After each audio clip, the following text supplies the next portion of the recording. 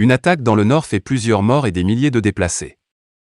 Au Burkina Faso, des hommes armés ont attaqué les populations de Setanga, près de la frontière avec le Niger dans la nuit de samedi 11 à dimanche 12 juin, ressemblant fort à des représailles et qui fait suite à attaque contre la brigade de gendarmerie de cette commune jeudi 9 juin. Aucun bilan officiel n'est pour le moment disponible, mais plusieurs sources parlent de dizaines de morts.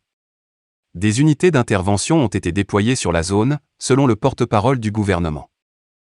Burkina Faso, une attaque dans le nord fait plusieurs morts et des milliers de déplacés. Selon des témoins, cela fait plusieurs jours que des hommes armés harcelaient les populations à Setanga. Après l'attaque contre la brigade de gendarmerie, jeudi 9 juin, les forces armées sont venues en renfort et ont effectué un ratissage dans la zone. Elles sont réparties sur Dori en compagnie des forces de police et gendarmerie. Selon le gouvernement, ces hommes armés ont fait irruption dans la commune de Setanga pour s'en prendre aux populations civiles. Cette fois, ils sont revenus en grand nombre, précise une source sécuritaire. Ils n'ont pas fait de discernement. Ils ont tué systématiquement tous ceux qu'ils croisaient, raconte un habitant de la région. Aucun bilan n'a pu être établi pour le moment, au regard de la complexité de la situation, selon le porte-parole du gouvernement.